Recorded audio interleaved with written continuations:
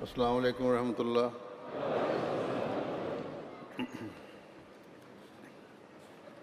اشہد ان لا الہ الا اللہ وحدہ لا شریک لہ واشہد ان محمدا عبدہ ورسولہ۔ اما بعد فاعوذ باللہ من الشیطان الرجیم۔ بسم اللہ الرحمن الرحیم۔ الحمد للہ رب العالمین۔ الحمد للہ رب العالمین۔ الرحمن الرحیم مالک یوم الدین۔ ایاک نعبد وإیاک نستعین۔ اهدنا الصراط المستقیم صراط الذین أنعمت علیہم غیر المغضوب علیہم ولا الضالین۔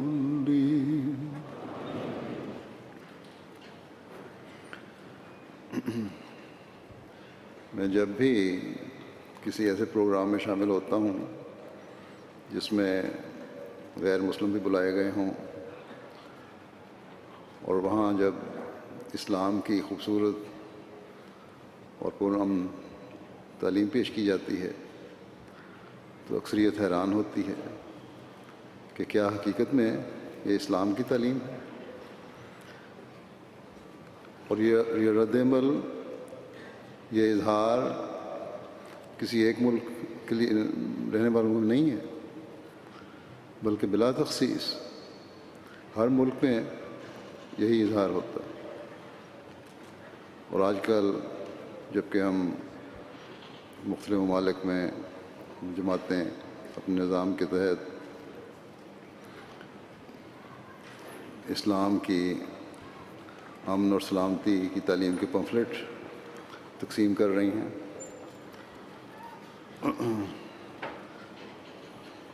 وہ ہر ملک میں، جیسا کہ کل بھی رپورٹ میں نے بتایا تھا کہ لاکھوں کی تعداد میں یہ تقسیم ہو رہے ہیں پمفلٹ اب، تو وہاں ہر ایک کا یہی اظہار ہوتا ہے کہ حیرت ہے کہ میڈیا تو ہمیں اسلام کے متعلق کچھ اور بتاتا ہے اور آپ اس سے بالکل مختلف باتیں کر رہے ہیں۔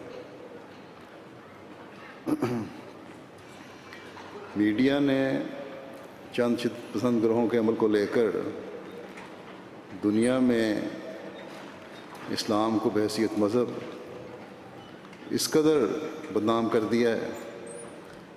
کہ افریقہ کے دور دراز علاقوں کے رہنے والے لوگ بھی یہی اظہار کرتے ہیں، اور امریکہ کے رہنے والے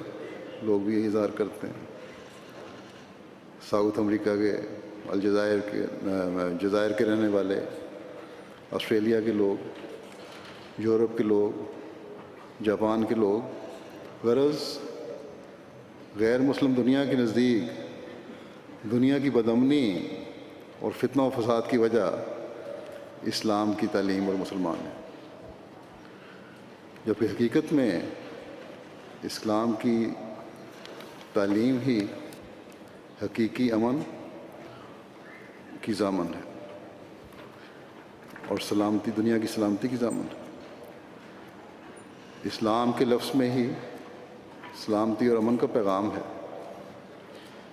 جو بلا تخصیص، بغیر کسی فرق کے، بغیر کسی امتیاز کے ہر ایک کو امن اور سلامتی دینا چاہتا ہے۔ اسلام کی تعلیم وہ خوبصورت تعلیم ہے جو ہر قسم کے احساس کمتری و برتری اور فرق کو ختم کر کے کہتی ہے کہ سب انسان برابر ہیں۔ حضرت صلی اللہ علیہ وسلم نے یہ اعلان فرمایا کہ عربی کو اجمی پر اور اجمی کو عربی پر، اور گورے کو کالے پر اور کالے کو گورے پر کوئی فضیلت نہیں ہے۔ بحیثیت انسان سب برابر ہیں۔ پھر حضرت صلی اللہ علیہ وسلم کو اللہ تعالیٰ نے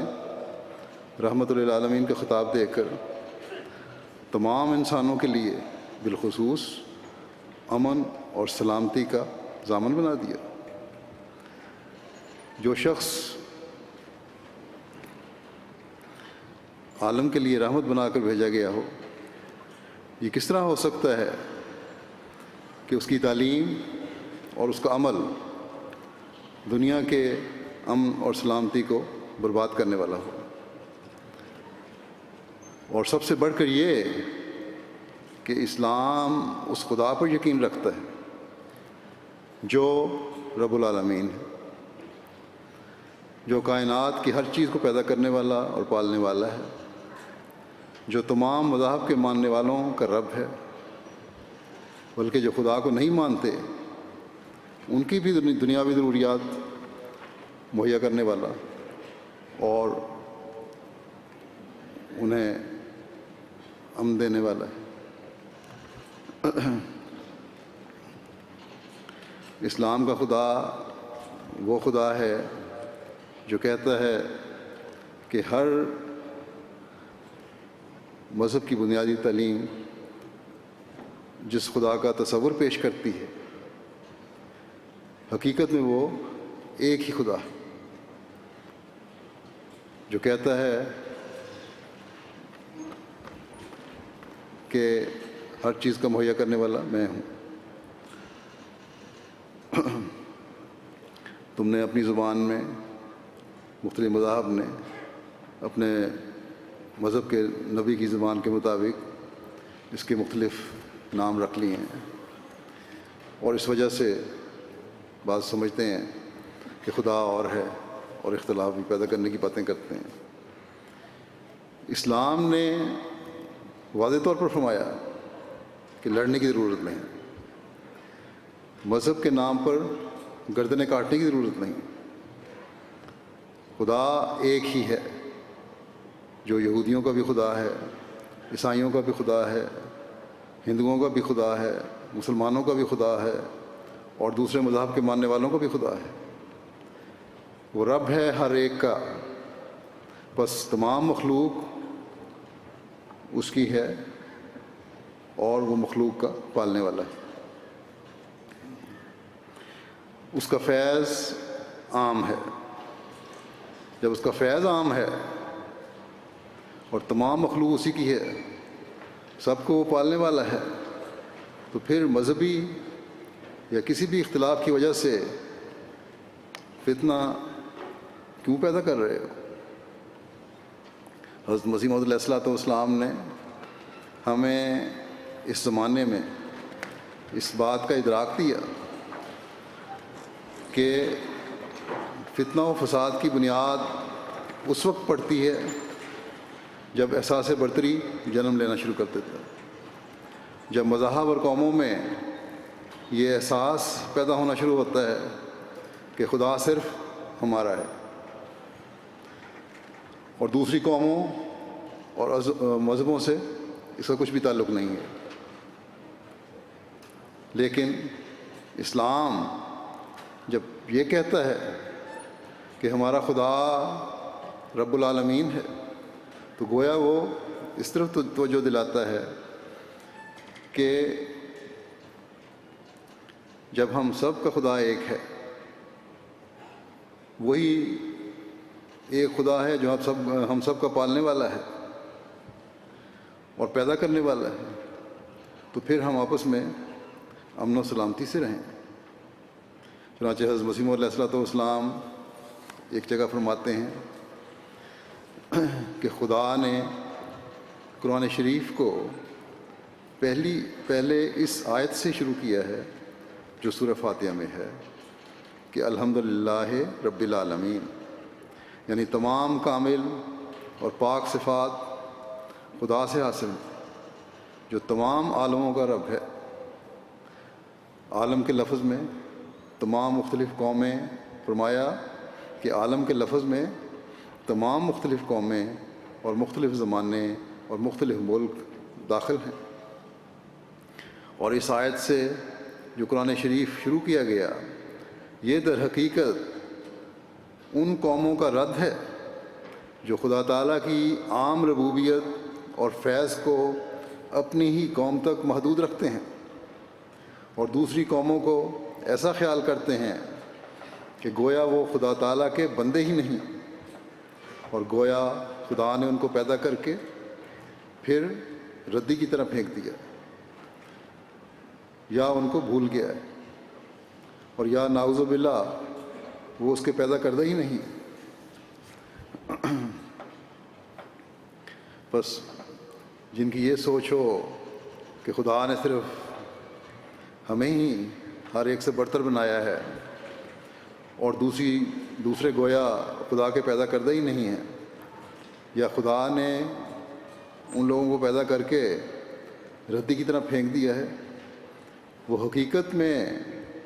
اپنے اس احساس برتری کی وجہ سے دنیا میں فتنہ پیدا کرتے ہیں اور دنیا کے امن کو برباد کرتے ہیں۔ گزشتہ دنوں امریکہ کے صدر کے ایک قریبی اور دوست اور سیاستدان نے بڑا کھل کر ٹی وی پہ یہ بیان دیا کہ ہم سفید نسل کی لوگ جو ہیں دنیا کی سب نسلوں سے برتر ہیں، بہتر ہیں، اور ہمارا حق بنتا ہے کہ ہم ان پر حکومت کریں اور اپنی مرضی سے جو چاہیں کریں۔ اور سب سے کم تر اس نے کالے رنگ والوں اور افریقنوں کو کہا، بلکہ یہاں تک کہا کہ ان کے رنگ کی وجہ سے ان میں وہ دماغی صلاحیتیں بھی نہیں ہو سکتی جو سفید رنگ والوں میں ہیں۔ گویا تکبر نے اس کو اس حد تک بے باک کر دیا ہے کہ وہ خدا کے مقابل پر اپنے آپ کو کھڑا کر رہا ہے۔ اسلام کو بدنام کرنے والے لوگ جو ہیں وہ ذرا سوچیں کہ کیا یہ بیان امن کے قائم کرنے والا بیان ہے؟ یہ بیان ان کے دل کی آواز ہے جو متکبر لوگ ہیں، اور ظاہری طور پر چاہے یہ جتنے بھی انصاف اور امن اور سلامتی کے نعرے لگا لیں، حقیقت میں یہ اس مقصد اور ایجنڈے کو حاصل کرنے کی کوشش کریں گے جس کا یہ اظہار کرتے ہیں اور ابھی میں نے بتایا کہ کر رہے ہیں۔ حضرت اقدس مسیح موعود علیہ الصلوۃ والسلام الحمدللہ رب العالمین کی مزید وضاحت کرتے ہوئے فرماتے ہیں کہ خدا تعالیٰ نے قرآن شریف کو اس آیت سے شروع کیا کہ الحمدللہ رب العالمین، اور جا بجا اس نے قرآن شریف میں صاف صاف بتلا دیا ہے کہ یہ بات صحیح نہیں ہے کہ کسی خاص قوم یا خاص ملک میں خدا کے نبی آتے رہتے ہیں، بلکہ خدا نے کسی قوم اور کسی ملک کو فراموش نہیں کیا۔ اور قرآن شریف میں طرح طرح کی مثالوں میں بتلایا گیا ہے کہ جیسا کہ خدا ہر ایک ملک کے باشندے کے لیے ان کے مناسب حال ان کی جسمانی تربیت کرتا آیا ہے، ایسا ہی اس نے ہر ایک ملک اور ہر ایک قوم کو روحانی تربیت سے بھی فیض یاب کیا۔ فرمایا جیسا کہ وہ قرآن شریف میں ایک جگہ فرماتا ہے وَإِن مِّنْ أُمَّةٍ إِلَّا خَلَا فِيهَا نَذِيرٌ، یا کوئی فرمایا کہ یا کوئی ایسی قوم نہیں جس میں کوئی نبی یا رسول نہیں بھیجا گیا۔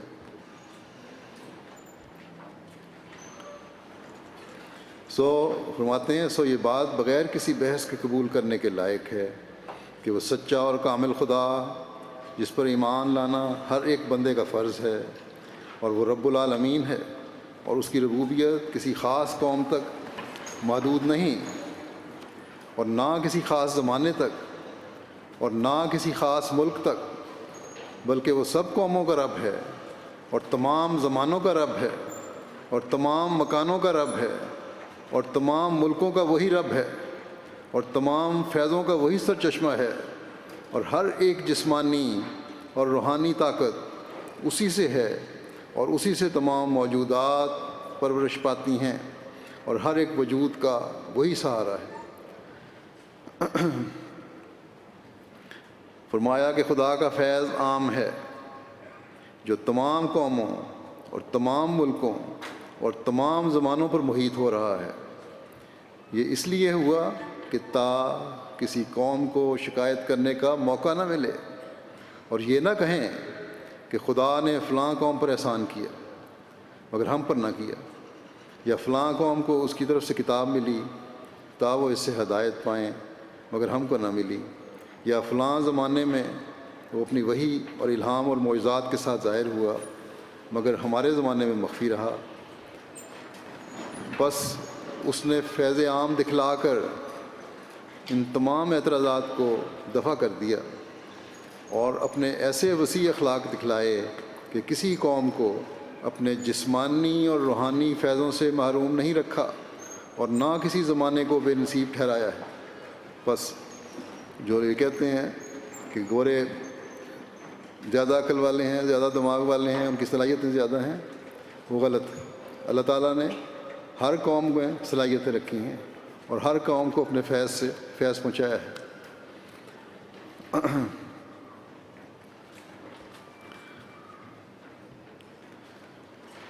علاوہ دنیا داروں کے اپنے آپ کو برتر اور دوسروں سے بعض معاملات میں بہتر کہنے کے، اسلام کے علاوہ دوسرے مذاہب بھی اس طرح کھل کر برابری کا اظہار نہیں کرتے جس طرح اسلام کی تعلیم نے کیا۔ یہ اسلام کی ہی تعلیم ہے جو کہتی ہے کہ اللہ تعالیٰ نے مذہبی لحاظ سے بھی برابری کا سلوک کیا ہے اور ہر قوم میں نبی بھیجے ہیں، اور تمام انبیاء اللہ تعالیٰ کے پیغام کے لحاظ سے ایک ہی پیغام لے کر آئے ہیں اور ان میں کوئی فرق نہیں۔ بس مسلمان ہی صرف اس بات کے پابند ہیں کہ وہ قرآن کریم کی تعلیم کے مطابق ہر قوم میں نبی مانیں، کوئی دوسرے مذہب والے اس کے پابند نہیں، کہ قرآن کریم نے یہ تعلیم دی ہے کہ ہر قوم میں نبی آئے اور ہم ہر ایک پر ایمان لاتے ہیں۔ جب ہر قوم میں ہم نبی مانیں گے تو پھر یہ نہیں کہہ سکتے کہ تمہارا نبی جھوٹا ہے یا تمہارے نبی کی تعلیم غلط ہے۔ یہ ایک مسلمان کہہ ہی نہیں سکتا، کیونکہ اس طرح کہنے سے وہ قرآن کریم کو نعوذ باللہ غلط کہے گا۔ بس یہ بات ثابت کرتی ہے کہ مذہبی رواداری اور امن کی تعلیم میں اسلام کی تعلیم کا کوئی اور تعلیم مقابلہ ہی نہیں کر سکتی، جبکہ اس کے مقابلے میں ایک عیسائی یا یہودی یا کسی بھی مذہب کا شخص جو ہے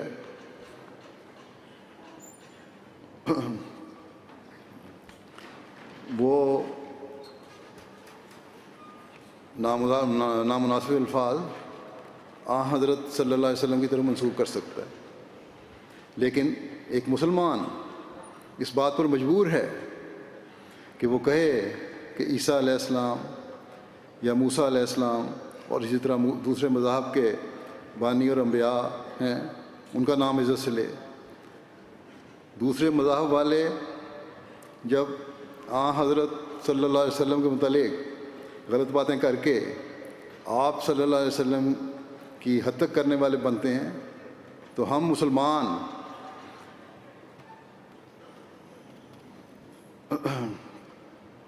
ہر نبی کے ساتھ علیہ السلام کا لفظ استعمال کر کے ان پر سلامتی بھیج رہے ہوتے ہیں، ان کی عزت اور احترام قائم کر رہے ہوتے ہیں۔ بس اسلام ہی ہے جو سب سے زیادہ امن اور سلامتی کی تعلیم دینے والا مذہب ہے، اور اپنے ماننے والوں کو کہتا ہے کہ تم نے ہر حالت میں صلح کی بنیاد ڈالنی ہے، چنانچہ مذہبی اختلاف کو دور کرنے اور آپس میں امن سے رہنے کے لیے اللہ تعالیٰ نے اس انتہا تک مسلمانوں کو ہدایت فرمائی ہے کہ فرمایا کہ وَلَا تَسُبُّوا الَّذِينَ يَدْعُونَ مِن دُونِ اللَّهِ فَيَسُبُّوا اللَّهَ عَدْوًا بِغَيْرِ عِلْمٍ كَذَلِكَ زَيَّنَّا لِكُلِّ أُمَّةٍ عَمَلَهُمْ ثُمَّ إِلَىٰ رَبِّهِمْ مَرْجِعُهُمْ فَيُنَبِّئُهُم بِمَا كَانُوا يَعْمَلُونَ۔ اور تم ان کو گالیاں نہ دو جن کو اللہ تعالیٰ کے سوا پکارتے ہیں، ورنہ وہ دشمنی کرتے ہوئے بغیر علم کے اللہ کو گالیاں دیں گے۔ اسی طرح ہم نے ہر قوم کو ان کے کام خوبصورت بنا کر دکھائے ہیں، پھر ان کے رب کی طرف ان کو لوٹ کر جانا ہے، تب وہ انہیں اس سے آگاہ کرے گا جو وہ کیا کرتے تھے۔ دنیا کے فسادوں کو دور کرنے اور آپس میں امن سے رہنے کے لیے اس سے بڑھ کر اور کیا بات ہو سکتی ہے کہ فرمایا کہ وہ لوگ جو اللہ تعالیٰ کے علاوہ بتوں کو پکارتے ہیں اور شرک کے مرتکب ہو رہے ہیں، اور شرک ہمارے نزدیک اللہ تعالیٰ کے نزدیک بہت بڑا گناہ ہے، لیکن پھر بھی اللہ تعالیٰ فرماتا ہے تمہارا کام نہیں کہ ان کے بتوں کو برا کہو۔ ہر ایک کے مذہبی جذبات ہوتے ہیں یا اپنے جذبات ہوتے ہیں، صحیح ہیں یا غلط ہیں۔ تم بغیر حکمت کے ان کے بتوں کو برا کہو گے تو وہ جہالت کی وجہ سے اللہ تعالیٰ کو گالیاں دیں گے، پھر تمہارے جذبات بھی انگیخت ہوں گے اور فتنہ و فساد کی آگ بھڑکے گی۔ اس لیے تم اس سے بچو۔ مرنے کے بعد سب نے اللہ تعالیٰ کے حضور حاضر ہونا ہے، وہاں وہ خود ان کے درمیان فیصلہ کرے گا کہ اصل رب کون ہے، پالنے والا کون ہے، ضروریات پوری کرنے والا کون ہے، جزا و سزا کا مالک کون ہے۔ بس یہ اسے سنہری اصول ہے جو جہاں فتنہ و فساد کو مٹاتا ہے، وہاں سلامتی کے تعلیم دیتا ہے، وہاں مسلمانوں کے اعلیٰ اخلاقی معیاروں کو بھی بڑھاتا ہے۔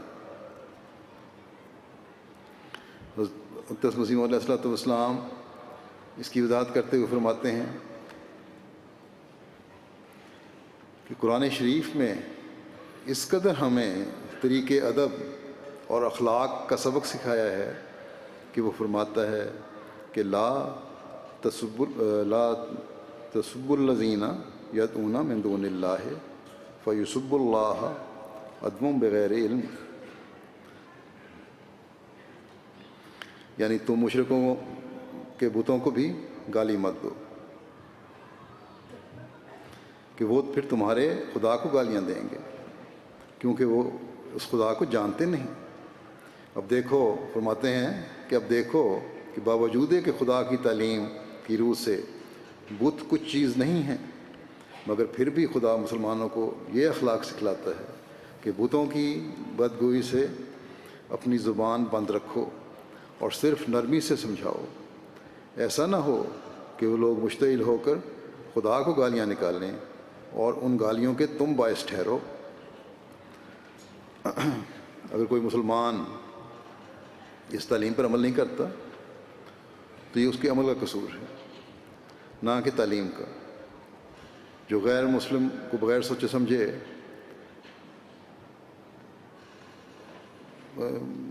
یا غیر مسلم جو ہیں اسلام کی تعلیم کو بغیر سوچے سمجھے غلط کہتے ہیں اور استہزاء کرتے ہیں، حقیقت میں تو وہ لوگ ہیں جو دنیا کے امن کو برباد کر رہے ہیں، نہ کہ اسلام کی تعلیم۔ بس اسلام کی تعلیم کو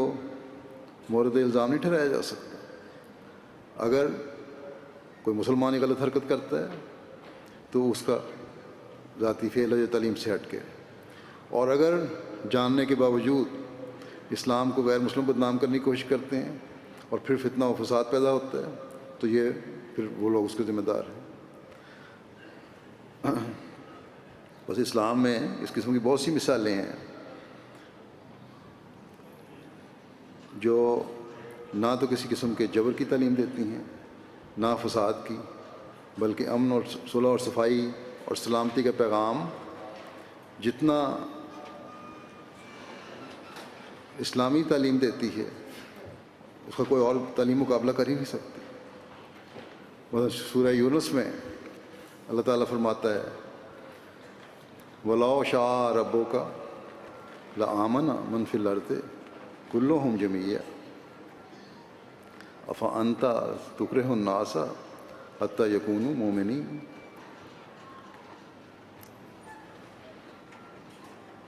اور اگر تیرا رب چاہتا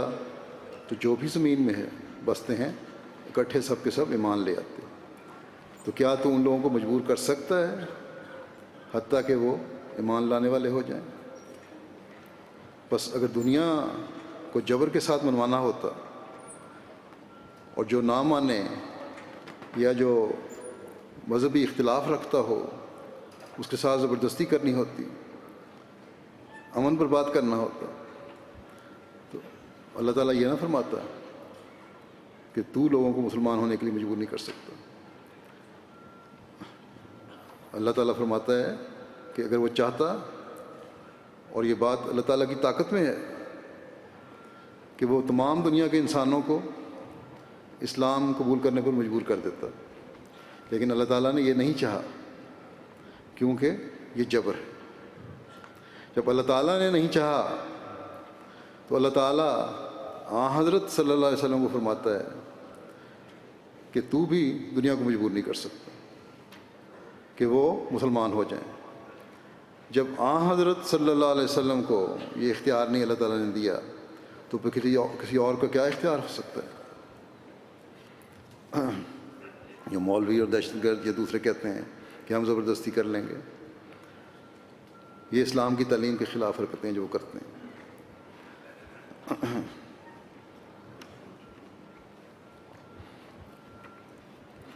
پھر اللہ تعالیٰ فرماتا ہے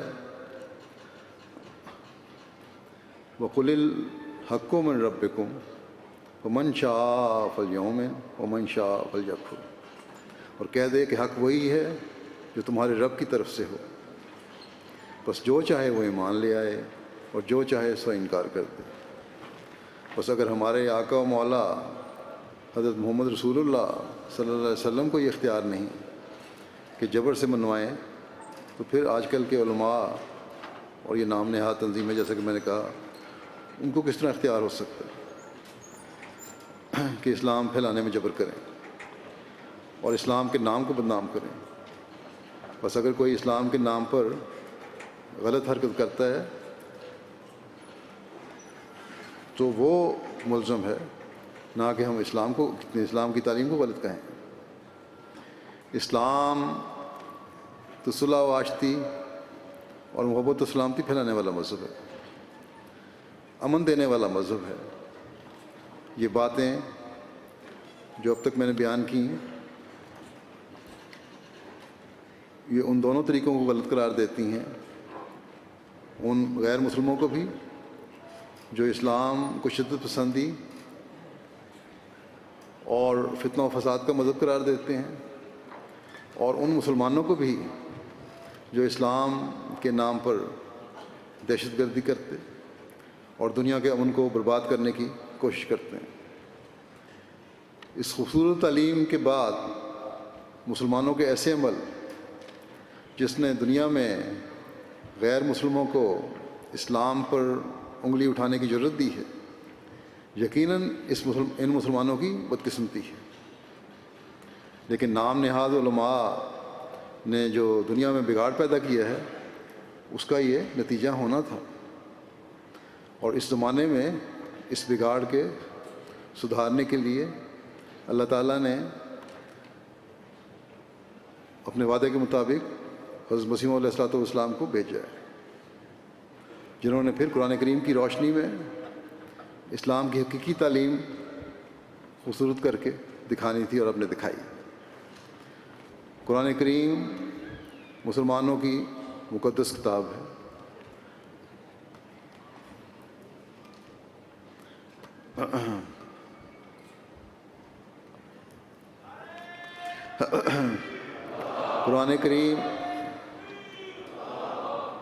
قرآن کریم کی تعلیم کی روشنی میں ہی اسلام کی حقیقی خوبصورت تعلیم دکھائی جا سکتی ہے اور اس پر عمل کیا جا سکتا ہے، اور یہ اس زمانے میں حضرت مسیح علیہ الصلوۃ والسلام نے ہمیں کھول کر بیان کی اور دکھائی۔ قرآن کریم خانہ کعبہ کے مقام کے بارے میں کہتا ہے، یا مکہ کے مقام کے بارے میں کہتا ہے کہ من دخلہ کان آمنا، جو اس میں داخل ہوا وہ امن میں آ گیا۔ یہاں آمنا کے دونوں معنی ہیں کہ جو اس میں داخل ہوگا وہ بھی امن میں ہوگا، جو اس کو مانے گا وہ بھی امن میں ہوگا، اور دوسروں کے لیے بھی امن مہیا کرنے والے لوگ ہوں گے۔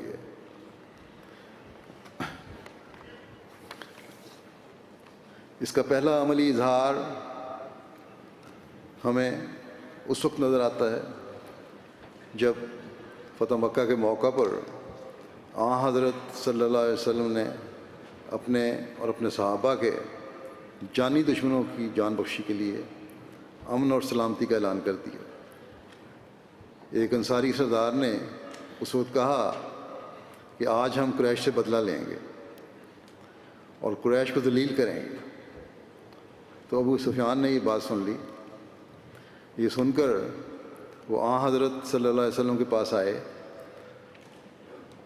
آپ کی خدمت میں حاضر ہو کر عرض کیا کہ یہ میں نے انصاری سردار سے سنا ہے، کیا آج اس شہر میں باوجود اس کے کہ ہم نے ظلم کیے، بہت ظلم کیے، اپنے پرانے ظلموں کے، ہمیں آپ امن نہیں دیں گے؟ حضرت صلی اللہ علیہ وسلم نے فرمایا کہ آج تم سب کو باوجود تمہارے ظلموں کے امن دیا جائے گا، کیونکہ شہر اب یہ امن والا شہر قرار دیا گیا ہے، خانہ کعبہ اب امن کی جگہ قرار دی گئی ہے۔ اور جو کچھ انصاری سردار نے کہا ہے، آپ نے فرمایا کہ وہ غلط کہا ہے۔ آج کے دن سے ہی تو اس مقدس شہر اور خانہ کعبہ سے رحم، امن اور سلامتی کی تعلیم دنیا میں پھیلنی ہے۔ آپ نے اس انصاری سردار کے جھنڈے کو دوسرے سردار کو دے دیا کہ اس نے یہ بات کیوں کہی، اور اس شہر کے امن اور سلامتی کے مقام کا جو مقام تھا اس کا عملی نمونہ ثابت کر کے دکھا دیا۔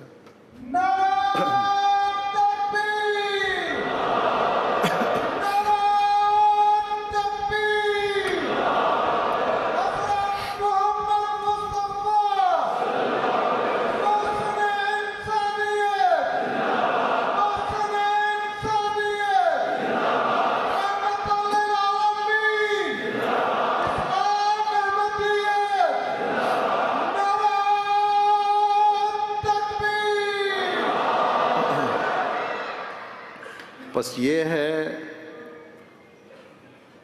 وہ اسلام کی امن اور سلامتی کی تعلیم کہ جانی دشمنوں کو بھی غلبہ پانے پر معاف کر دیا اور سزا کے بجائے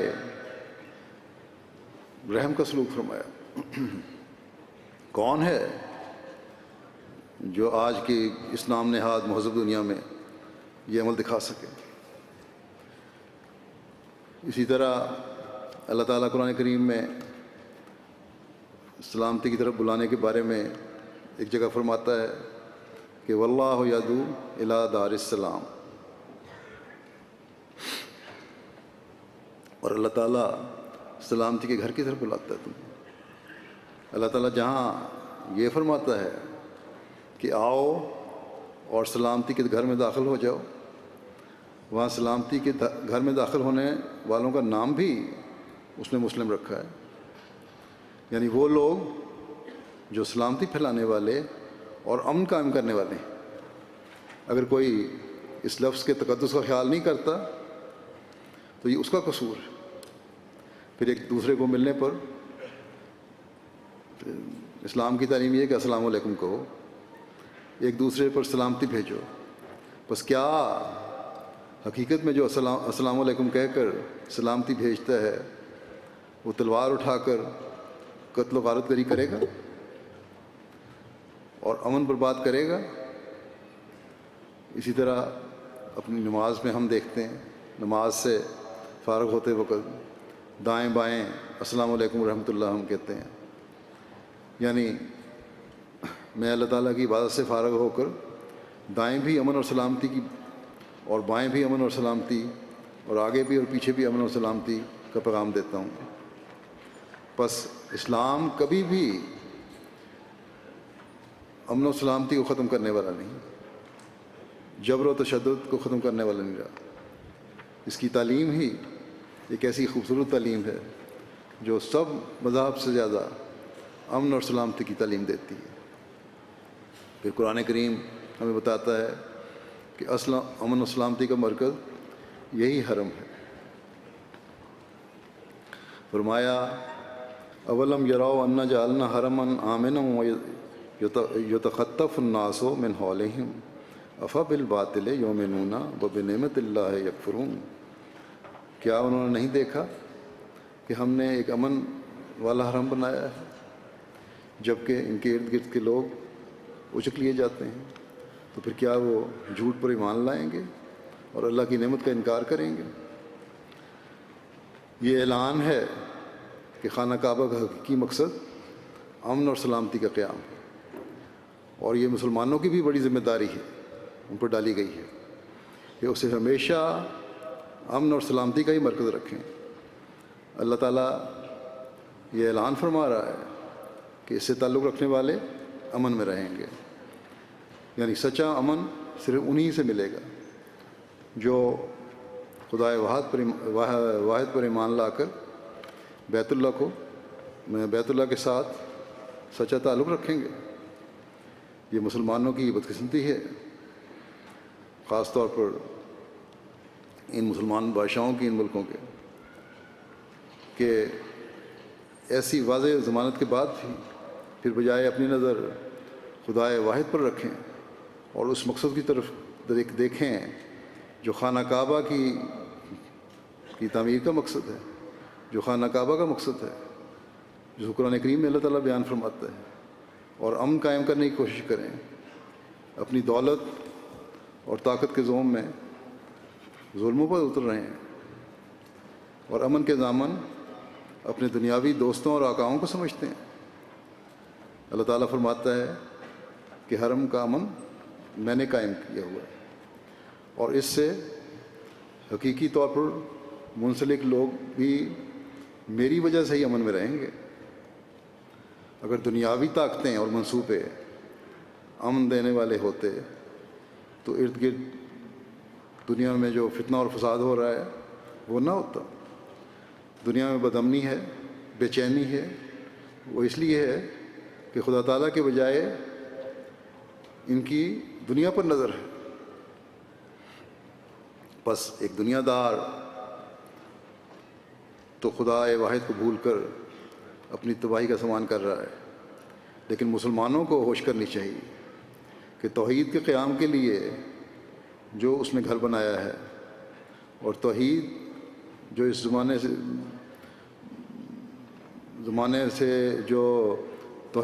سے گم ہو چکی ہے، اسے لانے کے لیے حضرت صلی اللہ علیہ وسلم کے عاشق صادق کو بھیجا ہے، اسے مانیں تاکہ اس امن کے مقام سے حقیقی فیض پا سکیں، ورنہ وہ بھی ارد گرد کی قوموں کی طرح تباہی میں گرتی چلے جائیں گے۔ اس امن کے شہر کا مقام تو قائم رہے گا اور ہمیشہ رہے گا، لیکن ظالم اور روحانیت سے ہٹے ہوئے حکمرانوں کے بجائے انصاف پسند اور روحانیت پر قائم حکمران اللہ تعالیٰ لے کر آئے گا۔ سچا امن روحانیت کے بغیر قائم ہو ہی نہیں سکتا۔ بس جو خادم حرمین بنتے ہیں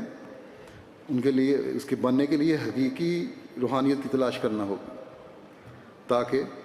حقیقی امن قائم ہو، اور اس کے لیے خدا تعالیٰ کے بھیجے ہوئے حضرت صلی اللہ علیہ وسلم کے غلام صادق کی غلامی میں آنا ضروری ہے۔ یہ ان کے لیے ضروری ہے تاکہ غیر مسلم جو ہیں اس دنیا کو بھی، غیر مسلم دنیا کو بھی اسلام کی حقیقی اور امن کی تعلیم کھل کر واضح اور روشن ہو کر نظر آئے۔ پھر قرآن شریف میں اسلام کو نہ ماننے والوں کو جواب بھی ملتا ہے۔ اللہ تعالیٰ فرماتا ہے وقالوا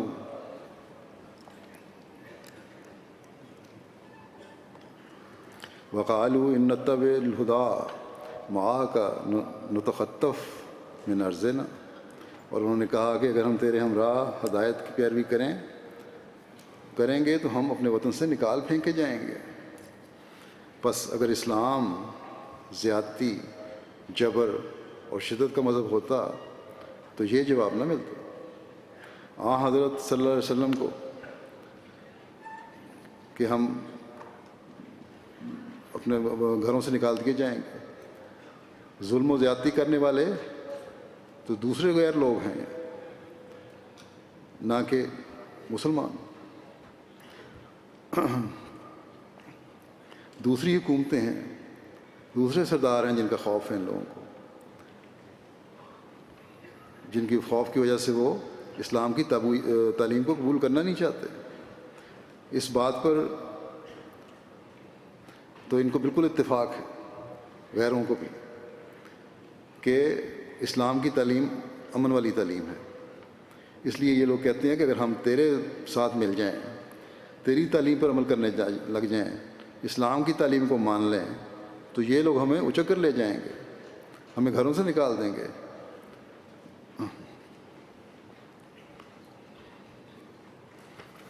بس اس سے ثابت ہوا کہ اسلام کی تعلیم اس وقت بھی غیروں کے نزدیک پرامن اور سلامتی والی تعلیم تھی۔ یہ لوگ کہتے ہیں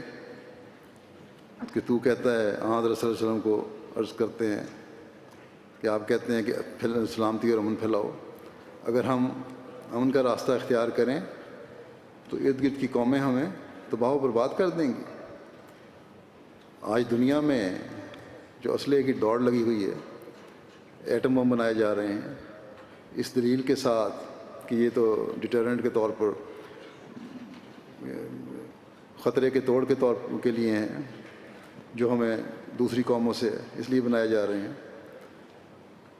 اس وقت دنیا کے تقریباً 9-10 ممالک کے پاس نیوکلیئر ہتھیار ہیں، اور سوائے پاکستان کے ایک بھی ملک نہیں ہے، اور اس کی بھی صلاحیت کا پتہ نہیں کتنی کی صلاحیت ہے۔ سب سے بڑا خطرہ تو آئندہ جنگ میں جن ہتھیاروں کا ہے وہ ان ایٹمی ہتھیاروں کا ہے۔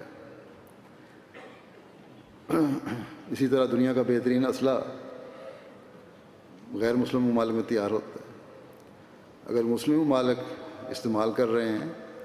تو ان ممالک سے لے کر، اور اگر شدت پسند گروہ اسلام کے نام پر یہ استعمال کر رہے ہیں تو ان سے لوگ لے کر رہے ہیں، اور یہی اپنی تجارتوں کے لیے ان کو اسلحہ بیچتے چلے جا رہے ہیں۔ تو بہرحال یہ تو آج کل کی صورتحال ہے، جو کہتے ہیں کہ اسلام شدت پسند ہے اور اس کی تعلیم ظلم و زیادتی کی ہے۔ یہ لوگ جو اسلحے کی دوڑ میں آگے سے آگے بڑھتے چلے جانے کی کوشش کر رہے ہیں۔ اب اسلامی تعلیم کے خلاف عمل کرنے والوں کو بھی یہی لوگ ہیں جو اسلحہ دے رہے ہیں، جیسا کہ میں نے کہا، جن میں سب سے زیادہ شور مچایا جاتا ہے ان ممالک میں کہ اسلام امن کو برباد کرنے والی تعلیم ہے۔ انہی لوگوں سے امن کو برباد کرنے کے لیے اسلحہ دیا جا رہا ہے۔ اسلام تو ایسی امن کی تعلیم ہے کہ اس وقت بھی کہ ارد گرد کے لوگ کہہ رہے ہیں کہ اگر ہم مان لیں تو ہم مارے جائیں گے، لوگ ہمیں مار دیں گے، کیونکہ تم امن اور سلامتی کی تعلیم دیتے ہو۔ لیکن یہ بدقسمتی ہے اس زمانے میں کہ آج وہی مسلمان کہلانے والے ان لوگوں سے جو ایک طرف اسلام کو بدنام کر رہے ہیں، ان سے اسلحہ لے کر اپنے مسلمانوں کے خلاف بھی لڑ رہے ہیں اور غیروں کے خلاف بھی لڑ رہے ہیں، اور یوں دنیا کا امن برباد کرنے کا موجب بن رہے ہیں۔ ایک حقیقت پسند غیر مسلم نے چند دہائیاں پہلے ایک کتاب لکھی تھی، اور اس میں ان لوگوں کا چہرہ دکھاتے ہوئے لکھا تھا کہ محمد رسول اللہ صلی اللہ علیہ وسلم کی جنگوں میں تو شاید آپ کی پوری زندگی میں دشمنوں کے جو حقیقی دشمن تھے آپ کے چند سو لوگ مرے ہوں گے، لیکن تمہاری ایک ہی جنگ میں، جنگ عظیم میں لاکھوں لوگ مر گئے، پھر بھی کہتے ہو کہ حضرت محمد رسول اللہ صلی اللہ علیہ وسلم اور اسلام نے دنیا پر ظلم کیا ہے، اور یہ امن اور سلامتی برباد کرنے والی تعلیم دینے والا مذہب ہے اور شدت پسندی کا مذہب ہے۔ بس اسلام کے پرامن مذہب ہونے کا یہی حقیقی جواب ہے جو آن حضرت صلی اللہ علیہ وسلم کو ان بعض قبائل نے دیا تھا کہ اگر ہم تمہارے دین پر ایمان لے آئیں تو یہ امن اور سلامتی کی تعلیم جو ہے تمہاری، وہ ہمیں ختم کر دے گی۔ بلا وجہ کی جنگوں سے، اسلام تو بلا وجہ کی جنگوں سے بچنے کی تعلیم دیتا ہے، اور یہ لوگوں نے، ان قبائل کے لوگوں نے کہا کہ اگر ہم تمہارے کہنے پر عمل کریں تو اس کا مطلب یہ ہوگا کہ ہم ظالموں کے ظلم کا نشانہ بنیں گے، کیونکہ ظالم تو جنگیں کرتا چلا جائے گا اور ہمیں نشانہ بناتا چلا جائے گا۔ بس ہم تمہارے ساتھ مل کے اپنی زندگیاں برباد نہیں کر سکتے، اس لیے ہم تو ایسے ہی رہیں گے۔ تمہارے ساتھ شامل ہونے کا مطلب یہ ہے کہ ہم ظلموں کا نشانہ بن جائیں۔ تاریخ پر ہم نظر ڈالیں تو صاف نظر آتا ہے کہ عرب ملکوں میں جو بدامنی تھی یہ اسلام نے دور کی۔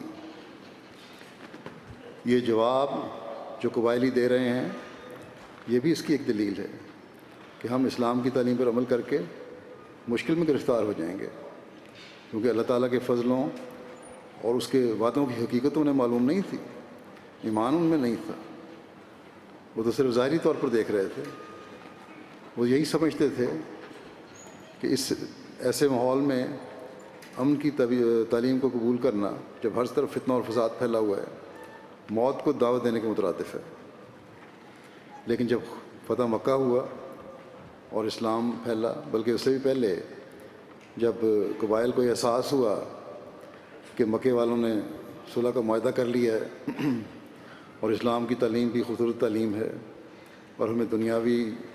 اور روحانی فائدے بھی اس میں ملیں گے، بعض نے نشانات بھی دیکھے تو اسلام قبول کیا۔ کسی نے انہیں مجبور نہیں کیا تھا، جب تک ان کی دنیا کی نظر تھی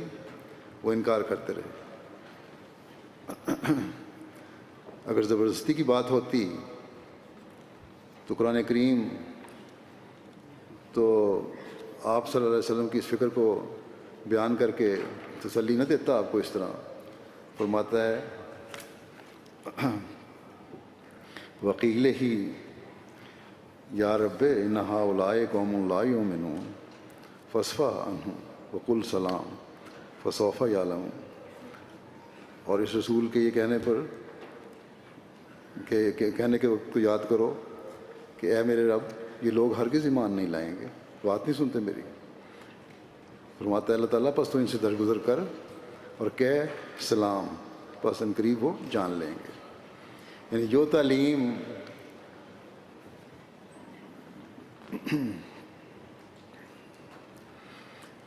حضرت صلی اللہ علیہ وسلم فرما رہے ہیں کہ اللہ تعالیٰ کو کہ جو میں تعلیم تیری طرف سے لایا ہوں، جو ہر ایک کے لیے امن اور سلامتی کی تعلیم ہے، اسے یہ لوگ سمجھتے نہیں اور اس پر ایمان نہیں لاتے، بلکہ لڑائیاں اور جنگیں اور فساد کر رہے ہیں۔ 13 سال حضرت صلی اللہ علیہ وسلم پر مکے میں ظلم ہوتے رہے۔ پھر بعد میں مدینے پر بھی فوج کشی ہوئی۔ آپ فرماتے ہیں کہ میں جس قوم کے لیے امن کا پیغام لایا تھا وہ مجھے امن نہیں دے رہی بلکہ ظلموں پر اترائی۔ اللہ تعالیٰ نے یہ نہیں فرمایا کہ فوری طور پر ان کے ساتھ بھی ویسے ہی سلوک کرو، جنگ کرو اور سخت جواب دو، بلکہ فرمایا کہ فصفا ان سے درگزر کر، کیونکہ انہیں تیری تعلیم کی عظمت اور اہمیت کا نہیں پتہ، اس لیے ان کے یہ عمل اس طرح کے ہیں، یہ رویے دکھا رہے ہیں۔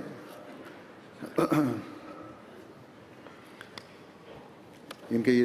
رویے دیکھ کر یہ کہے کہ میں تم پر ان رویوں کے باوجود سلامتی ہی بھیجتا ہوں اور بھیجوں گا، کیونکہ میں تمہارے لیے سلامتی لایا ہوں۔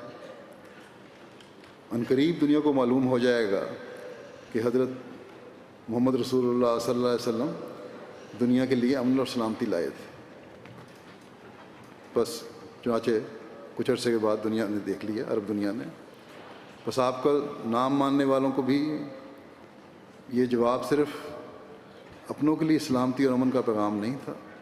بلکہ نام ماننے والوں کے لیے بھی سلامتی اور امن کا پیغام تھا۔ اگر پھر سوال اٹھاتے ہیں یہ غیر کہ چلو ٹھیک ہے، سلامتی اور امن کا پیغام تھا، پھر جنگیں کیوں ہوئیں؟ تو اس کا جواب یہ ہے کہ جب اسلام کو ختم کرنے کے لیے کفار نے مدینے پر حملہ کیا تو اس وقت اللہ تعالیٰ نے فرمایا کہ اذن للذین یقاتلون بانہم ظلموا وان اللہ علی نصرہم لقدیر، کہ وہ لوگ جن سے بلا وجہ جنگ کی جا رہی ہے ان کو بھی جنگ کرنے کی اجازت دی جاتی ہے، کیونکہ ان پر ظلم کیا گیا، اور یہ ظلم کیا گیا کہ ان کے یہ کہنے پر کہ اللہ تعالیٰ ہمارا رب ہے، انہیں ان کے گھروں سے نکالا گیا۔ اور پھر اللہ تعالیٰ نے اگلی آیت میں یہ فرمایا کہ اگر ان کی شرارتوں کو سختی سے جواب نہ دیا گیا تو یہ مذہب مخالف طاقتیں حد سے بڑھ جائیں گی، اور پھر نہ گرجے رہیں گے اور نہ یہودیوں کی عبادت گاہیں رہیں گی،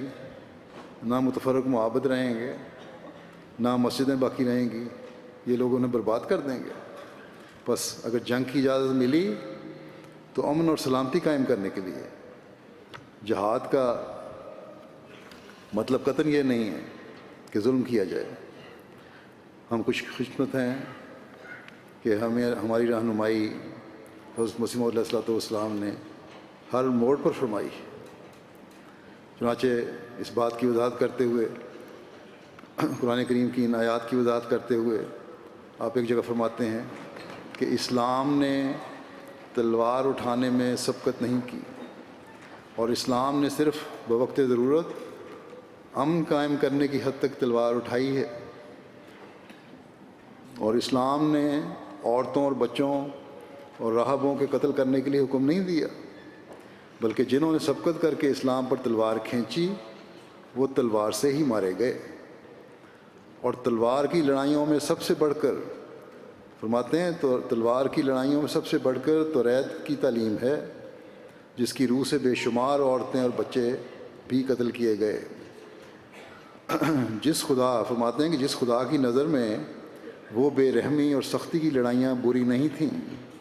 بلکہ اس کے حکم سے تھیں، تو پھر نہایت بے انصافی ہوگی کہ وہی خدا اسلام کی ان لڑائیوں سے ناراض ہو جو مظلوم ہونے کی حالت میں یا امن قائم کرنے کی غرض سے خدا تعالیٰ کے پاک نبی صلی اللہ علیہ وسلم کو کرنی پڑی تھی۔ پھر آپ فرماتے ہیں اگر خدا تعالیٰ کی یہ عادت نہ ہوتی کہ بعض کو بعض کے ساتھ دفع کرتا تو ظلم کی نوبت یہاں تک پہنچتی کہ گوشہ نشینوں کے خلوت خانے ڈھائے جاتے، جو علیحدگی میں بیٹھے باتیں کرنے والے لوگ ہیں ان کے بھی حجروں کو ڈھا دیا جاتا، اور عیسائیوں کے گرجے مسمار کیے جاتے، اور یہودیوں کے معبد نابود کیے جاتے، اور مسلمانوں کی مسجدیں جہاں کثرت سے ذکر خدا ہوتا ہے منہدم کی جاتی۔ اس جگہ فرماتے ہیں کہ اس جگہ خدا تعالیٰ یہ ظاہر فرماتا ہے کہ ان تمام عبادت خانوں کا میں ہی حامی ہوں، اور اسلام کا فرض ہے کہ اگر مثلاً کسی عیسائی ملک پر قبضہ کرے تو ان کے عبادت خانوں سے کچھ تعرض نہ کریں اور منع کر دے کہ ان کے گرجے مسمار نہ کیے جائیں، اور یہی ہدایت احادیث نبویہ سے مفہوم ہوتی ہیں، کیونکہ احادیث سے معلوم ہوتا ہے کہ جب کوئی اسلامی سپہ سالار کسی کے مقابلہ کے لیے مامور ہوتا تھا تو اس کو یہ حکم دیا جاتا تھا کہ وہ عیسائیوں اور یہودیوں کے عبادت خانوں اور فقراء کے خلوت خانوں سے تعرض نہ کرے۔ اس سے ظاہر ہے کہ اسلام کس قدر تعصب کے طریقوں سے دور ہے کہ وہ عیسائیوں کے گرجاؤں اور یہودیوں کے معبدوں کا ایسا حامی ہے جیسا کہ مساجد کا حامی۔ ہاں البتہ اس خدا نے جو اسلام کا بانی ہے یہ نہیں چاہا کہ اسلام دشمنوں کے حملوں سے پناہ ہو جائے، بلکہ اس نے دفاعی جنگ کی اجازت دی ہے اور حفاظت خود اختیاری کے طور پر مقابلہ کرنے کا اذن دے دیا ہے۔ بس کہیں ثابت نہیں ہوتا کہ اسلام امن برباد کرنے کا مذہب ہے یا دوسرے مذہب کے عبادت خانے پر بات کرنے کا حکم دیتا ہے۔ جو لوگ یہ کام کرتے ہیں، جیسے بعض مذاہب کے پرانے عبادت خانے عراق، سیریا وغیرہ میں برباد کیے گئے، یا چرچ گرائے گئے، یا یہاں بھی چرچوں کو آگ لگائی گئی، یہ سب اسلام کی تعلیم کے خلاف ہے، اور ایسے لوگوں کے لیے اللہ تعالیٰ نے جنت کی جزا نہیں بلکہ جہنم کی سزا رکھی ہوئی ہے۔ پھر ایک اور عمل ہے جس سے دنیا کا امن برباد ہوتا ہے۔ اسلام کہتا ہے کہ امن برباد کرنے والے ہر شر کا تم نے مقابلہ کرنا ہے۔ قرآن شریف میں اللہ تعالیٰ فرماتا ہے والفتنۃ اشد من القتل، اور فتنہ قتل سے زیادہ سنگین ہوتا ہے۔ قتل بہت بڑا فعل ہے اور قاتل کو بہت بری نظر سے دیکھا جاتا ہے، لیکن قرآن کہتا ہے کہ قتل بہت برا کام ہے، لیکن اس کے باوجود فتنہ اس سے بھی زیادہ برا کام ہے۔ کیوں؟ اس لیے کہ اس سے لاکھوں اور اربوں جانیں ضائع ہونے کا خطرہ ہے، بلکہ بعض حالات میں بعض جگہ ہم دیکھتے ہیں فتنے کی وجہ سے ہزاروں لاکھوں جانیں ضائع ہو بھی جاتی ہیں۔ فتنہ پرداز قوموں کو لڑانے کا بھی باعث بن جاتے ہیں۔ بس اسلام فتنہ پرداز کو بھی سزا دینے کی تلقین کرتا ہے۔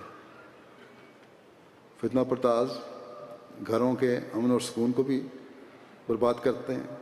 اور قوموں کے امن اور سکون کو بھی برباد کرتے ہیں۔ آج کل دنیا میں جو سیاسی جوڑ توڑ ہے یہ فتنہ ہی ہے، اور کیا چیز ہے؟ یہ فتنہ ہی ہے جو ایک ملک کسی دوسرے ملک سے ناراض ہو کر دوسرے ممالک کو اپنے ساتھ ملانے کے لیے جھوٹی رپورٹیں تیار کرتے ہیں، یا اپنے مقاصد حاصل کرنے کے لیے سربراہوں کو لالچ دے کر اپنا ہم نوا بنا لیتے ہیں، اور پھر اس کی اتنی وسیع طور پر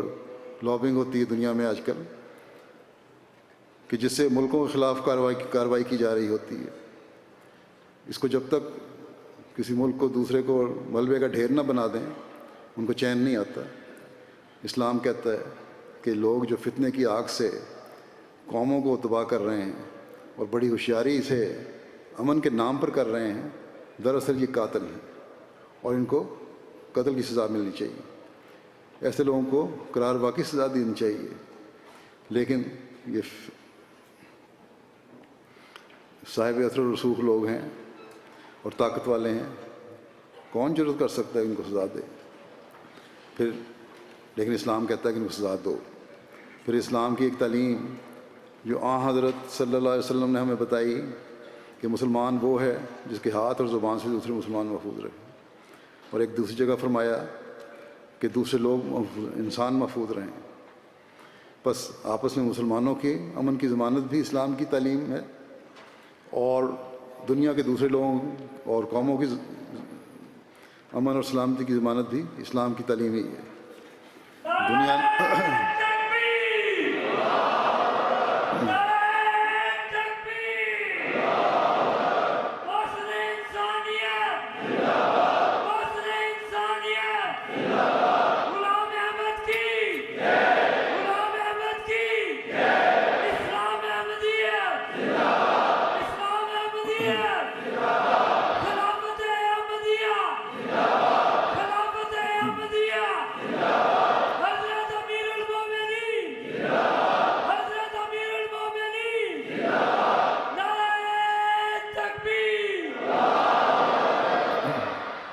دنیا نے، دنیا داروں نے تمام نظاموں کو دیکھا، انسان کے بنائے ہوئے قانون بھی دیکھے ہیں، لیکن دنیا کے فساد کو باوجود ان قانونوں پر عمل کروانے کے یہ روک نہیں سکے۔ اسلام کی تعلیم کا نظام جب تک کہ اپنی اصل حالت میں دنیا پر قائم نہیں کریں گے یہ دیکھ بھی نہیں سکتے، اور اسلام کی تعلیم ہی جب تک کہ اصلی حالت میں دنیا میں قائم رہی، امن اور سلامتی بھی دنیا کو ملتی رہی۔ لیکن جب بدقسمتی سے مسلمان اسے بھول گئے تو ظالم بھی سب سے زیادہ مسلمان ہی بن گئے۔ اسلام کے امن و سلامتی کے حوالے سے بڑی تفصیلی تعلیم ہے، چند باتوں کا میں نے یہاں ذکر کیا ہے۔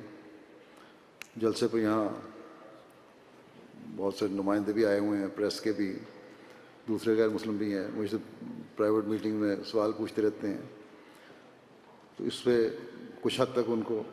جوابات بھی مل گئے ہوں گے۔ دنیا کی حالت جو ہے اب اس میں فساد بڑھتا چلا جا رہا ہے، اس لیے میں نے ضروری سمجھا کہ آج اس حوالے سے چند باتیں بیان کروں، شاید یہ لوگ دنیا کو بتانے والے بھی ہوں۔ اسلام کی تعلیم ہی وہ تعلیم ہے جو تمام مذاہب کے ساتھ بھی امن اور سلامتی سے رہنا سکھاتی ہے، اور یہی وہ تعلیم ہے جو قوموں کے درمیان امن قائم کرنا بھی چاہتی ہے اور سکھاتی ہے۔ یہی وہ تعلیم ہے جو ہر سطح پر آپس میں محبت اور پیار سے رہنا سکھاتی ہے۔ اگر اس تعلیم کو نہ سمجھنے والے اور نہ ماننے والے اپنی کم علمی اور جہالت کی وجہ سے اس تعلیم پر الزام لگاتے ہیں اور اسے محبت، پیار اور بھائی چارے اور امن اور سلامتی کے دائرے سے باہر نکالنے کی کوشش کرتے ہیں، تو ان کو یہی کہا جا سکتا ہے کہ اپنے عملوں کو صحیح کرو اور اپنی جہالت اور تعصب کی آنکھوں کو صاف کرو، اور اس میں حقیقی نور داخل کرو جو خدا تعالیٰ کے قرب سے ملتا ہے۔ آج جو دنیا کی حالت ہے اور جس تباہی کی طرف دنیا بڑھ رہی ہے، اس میں بہتری پیدا کرنے اور تباہی سے بچانے کے لیے بس ایک ہی راستہ ہے کہ اپنے پیدا کرنے والے خدا کو پہچانو، جو انسانوں کو تباہی سے بچانے کے لیے اور اپنی رحمت اور سلامتی کے سائے تلے لانے کے لیے ہمیں بلا رہا ہے۔ اب دنیا چاہے جتنے نظام آزما لے، کوئی نظام، کوئی قانون، کوئی معاہدہ، کوئی کوشش دنیا کو تباہی کے گڑھے میں گرنے سے نہیں بچا سکتی۔ بس میں دنیا والوں کو کہتا ہوں کہ اے دنیا والوں، جو سلامتی اور امن کی تلاش میں ہو، اسلام کی تعلیم پر اعتراض کرنے کے بجائے آؤ اور حضرت محمد رسول اللہ صلی اللہ علیہ وسلم کی عاشق صادق کی آواز کو سنو، جسے اس زمانے میں اللہ تعالیٰ نے انسانیت کو تباہی سے بچانے اور اپنی ناراضگی سے بچانے کے لیے بھیجا ہے، جو کہتا ہے کہ اے یورپ تو بھی امن میں نہیں، اور اے ایشیا تو بھی محفوظ نہیں، اور اے جزائر کے رہنے والوں کوئی مصنوعی خدا تمہاری مدد نہیں کرے گا۔ میں شہروں کو گرتے دیکھتا ہوں اور آبادیوں کو ویران پاتا ہوں۔ بس اس سے پہلے کہ وہ وقت آئے، دنیا کو واحد و یگانہ خدا کی پہچان کی طرف لوٹنا چاہیے۔ پھر آپ فرماتے ہیں وہ دن نزدیک آتے ہیں کہ جو سچائی کا آفتاب مغرب کی طرف سے چڑھے گا اور یورپ کو سچے خدا کا پتہ لگے گا، اور بعد اس کے توبہ کا دروازہ بند ہوگا، کیونکہ داخل ہونے والے بڑے زور سے داخل ہو جائیں گے اور وہی باقی رہ جائیں گے جن کے دل پر فطرت سے دروازے بند ہیں اور نور سے نہیں بلکہ تاریکی سے محبت رکھتے ہیں۔ آپ فرماتے ہیں کہ قریب ہے کہ سب ملتیں ہلاک ہوں گی مگر اسلام، اور سب حربے ٹوٹ جائیں گے مگر اسلام کا آسمانی حربہ، کہ وہ ٹوٹے گا نہ کند ہوگا جب تک دجالیت کو پاش پاش نہ کر دے۔ وہ وقت قریب ہے کہ خدا کی سچی توحید، جس کو بیابانوں کے رہنے والے اور تمام تعلیموں سے غافل بھی اپنے اندر محسوس کرتے ہیں، ملکوں میں پھیلے گی۔ اس دن نہ کوئی مصنوعی کفارہ باقی رہے گا، اور نہ کوئی مصنوعی خدا، اور خدا کا ایک ہی ہاتھ کفر کی سب تدبیروں کو باطل کر دے گا، لیکن نہ کسی تلوار سے اور نہ کسی بندوق سے، بلکہ مستعد روحوں کو روشنی عطا کرنے سے اور پاک دلوں پر ایک نور اتارنے سے۔ تب یہ باتیں جو میں کہتا ہوں سمجھ میں آئیں گی۔ اللہ تعالیٰ ہمیں بھی خالص ہو کر اس توحید کو سمجھنے کی توفیق عطا فرمائے اور سچا عابد بننے کی توفیق عطا فرمائے، اور اللہ تعالیٰ کے رحم اور فضل کو حاصل کرنے والے ہم ہوں، اور دنیا کو حقیقت میں یہ بتانے والے بھی ہوں کہ حقیقی اگر دنیا اپنی بقا چاہتی ہے تو اپنے خدائے واحد کو پہچانے۔ اللہ تعالیٰ ہمیں اس کی توفیق عطا فرمائے۔ دعا ہوگی، دعا میں پاکستان کے احمدیوں کو بھی یاد رکھیں جو مشکلات میں گرفتار ہیں، الجزائر کے احمدیوں کو بھی یاد رکھیں، اور عمومی اسلامی دنیا کو بھی اپنی دعاؤں میں یاد رکھیں کہ جہالت کی وجہ سے وہ اپنے اوپر اللہ تعالیٰ کا عذاب سہر رہے ہیں۔ دنیا کی عمومی حالت بھی بگڑتی جا رہی ہے، جیسا کہ میں نے بیان کیا۔ دنیا کو عمومی طور پر بھی دعاؤں میں یاد رکھیں۔ اللہ تعالیٰ فضل فرمائے اور ہمیں اپنے فرائض ادا کرنے کی توفیق عطا فرمائے۔ دعا کر لیں۔